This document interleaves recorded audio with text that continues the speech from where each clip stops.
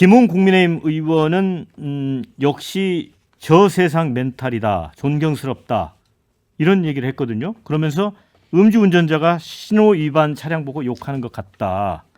그래서 약간 좀 정신세계의 문제에서 이렇게 접근해서 비판하는 의견도 있어요. 이건 어떻게 보세요? 뭐 저는 뭐 일면 그런 부분이 있다고 봅니다. 그러니까 예를 들면 정말 뭐 어릴 때부터 공부 잘하는 사람들이 그 한편으로 보면 그 벌을 받아본 적도 없고 반성을 해본 적도 없고 그래서 또 조국 장관의 머릿속에 그 잘못, 반성, 유검 이런 단어들이 없는 거 아닌가 여러 차례 제가 그런 얘기도 해요. 그 어떻게 보면 우리 사회에 공부만 잘하면 다 모든 것이 다 그 양해가 되는 그렇게 커왔고 잘난 체를 하면서 평생을 살아왔기 때문에 본인이 지은 죄에 대해서 전혀 인식하지 못하는 부분들이 있을 수 있다는 그렇게 생각이 들고 그것은 어떤 조국 개인의 문제뿐만 아니라 우리 사회의 문제다라고 하는 생각이 듭니다. 네. 자, 그런데 앞서 우리 설주환 변호사가 얘기했지만 이제 조국 전 장관이 뭐 현실 정치에 참여 선언한 것 같다 이제 그런 얘기를 했어요. 네. 그런데 김어준 유튜브에서 그런 얘기를 한 적이 있습니다.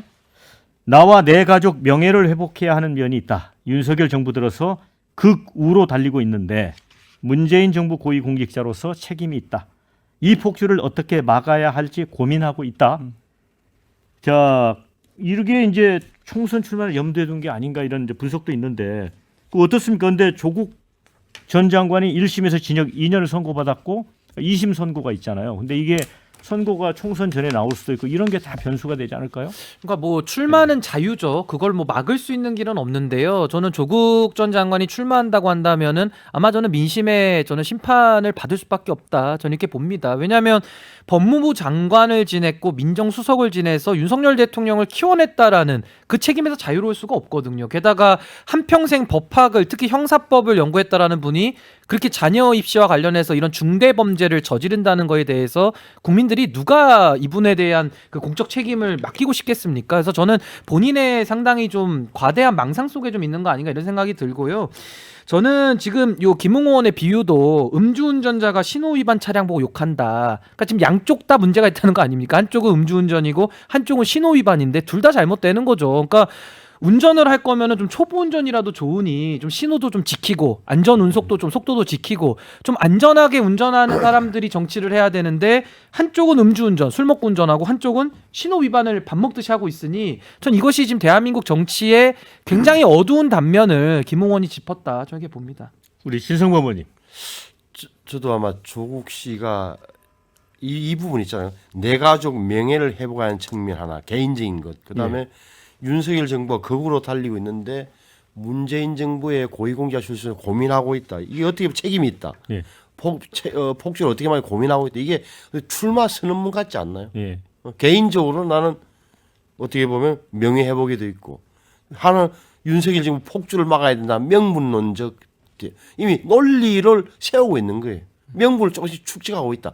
이때 명분이 하면 대외적인 명분도 있지만 자기 내부를 향한 명분도 있는 거예요. 나 이제 나서야 돼. 이번에 나서야 돼. 난 그렇게 읽혀져요. 그래서 이게 뭐 민주당으로 갈지 아니면 뭐 독자 신당으로 갈지 아니면은 뭐 진짜 비례대표 전문 정당으로 갈지 뭐 여러 가지 시나리오가 있을 텐데 알 수는 없으나 내년 총선에 출마할 것은 분명해 보여요. 네. 댓글 중에 방금 그런 게 올라왔어요. 조국 신당 파괴력이 있다고 봅니다. 나중에 민주당과 합당하면 되죠. 이런 걸 올라왔는데 설주환 변호사. 네. 이건 어떻게 보세요? 그러니까 과거에 열린민주당의 케이스가 있기 때문에 아마 그 케이스를 따른다고 한다면 뭐 비례정당으로 가서 그 다음에 아니면 지역에도 뭐 낼 수도 있고요. 저는 그렇게 가서 오히려 또 나중에 민주당과 합당 문제는 또 변론의 문제니까 뭐 민주당으로서는 조국 교수가 민주당의 옷을 입고 나가기는 상당히 좀 부담스러운 면은 없지 않아 있을 거라고 보이고 당장 바로 이런 공정과 뭐 아까 우리 신 변호사가 얘기한 그런 비판들이 바로 들어올 걸 알고 있기 때문에 이런 부분에 있어서는 조금 뭐 정무적인 판단을 하지 않을까라는 생각이 드는데 어찌되었건 조국 신당이 생긴다고 한다면 지금의 예를 들어서 뭐 민주당 내에서도 상당히 적극적인 지지층들은 좀 지지층이 겹치는 면도 없지 않아 있습니다. 그렇다고 한다면 이렇게 볼 수도 있죠.